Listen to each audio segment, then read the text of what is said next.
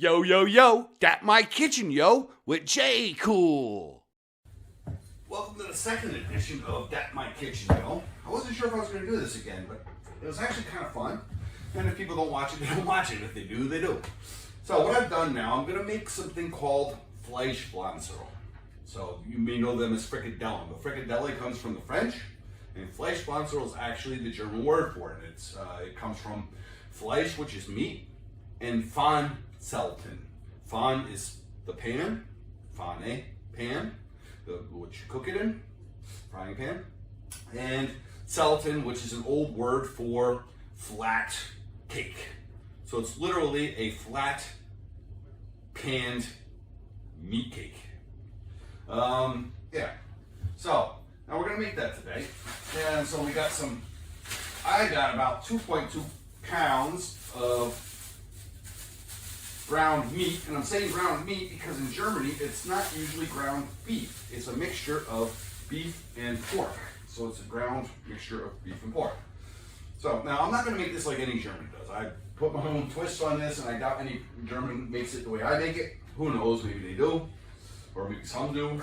But this is not a common German recipe. What I did in advance is chopped up an onion and 2 cloves of garlic.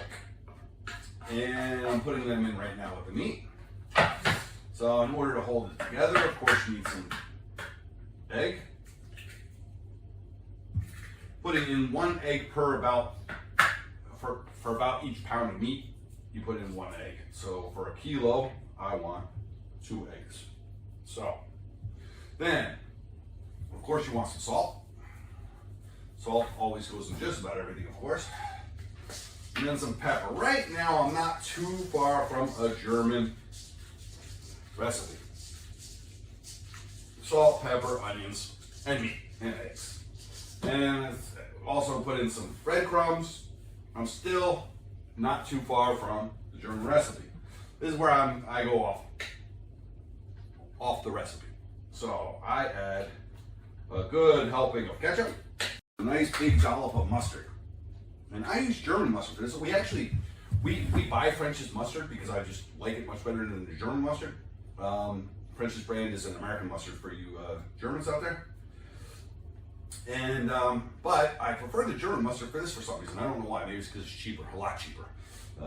Getting that stuff imported is not cheap. So anyway, now all you do is just like it's kind of like a meatloaf, and you just mix it together.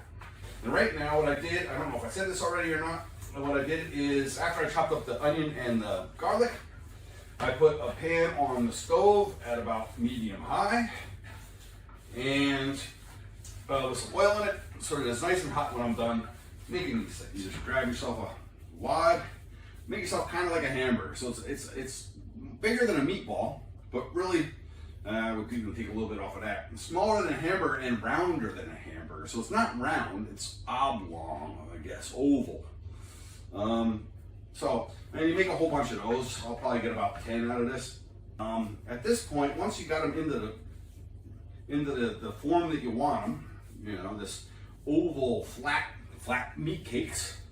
Once you got them there, you just put them in the frying pan and fry each side for about 7 minutes, and then until the middle's done. You know how to cook, and that's really it. And then you enjoy them.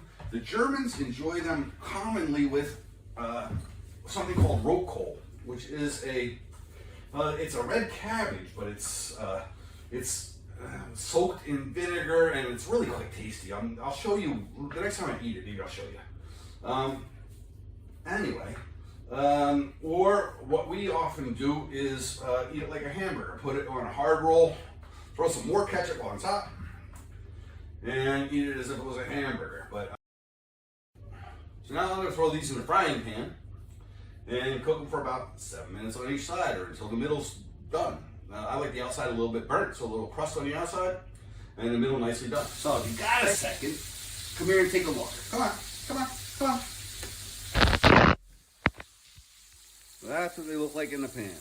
As you can see, I didn't cut the onions very finely. I just chopped them a little bit rough, give it a little bit of a bite, a little bit of a crunch, and that's it. So now, stay safe and peace out.